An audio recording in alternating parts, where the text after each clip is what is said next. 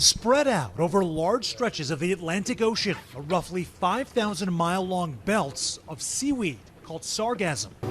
In the Florida Keys, we set off with Dr. Brian LaPointe of Florida Atlantic University to learn more about the plant life he's been studying for 40 years, which is now having a moment.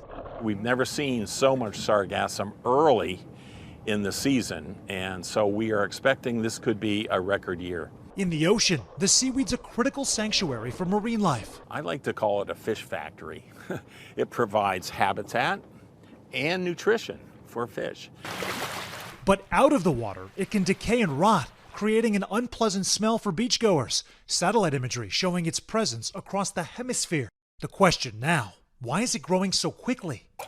LaPointe uncovering a connection between chemicals like nitrogen found in fertilizer and human waste and sargassum. Those chemicals, which fuel its growth, are increasingly transported into our waterways due to extreme weather events driven by climate change. How have chemistry changes fueled the growth of this? We have seen a 35% increase on average in its nitrogen content. So more nitrogen, more growth. Sargassum has been around since humans have been exploring the ocean, but in recent years there's been an explosion of it, really starting in 2014. In 2018 there were 22 million tons, last year a record 24 million tons, and this year projections show it could be another record. Depending on wind direction, the seaweed can be either a non-factor on beaches or stacked by the feet. Many local governments, like Miami-Dade, have been proactive in cleaning up the clumps and blending it with the sand, with a price tag of $4 million a year.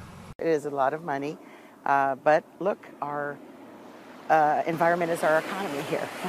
So it's money well invested. Mayor Daniela Levine Cava says the county's soliciting ideas for alternative uses and wants people to know the seaweed is safe. The beaches are open, they're beautiful.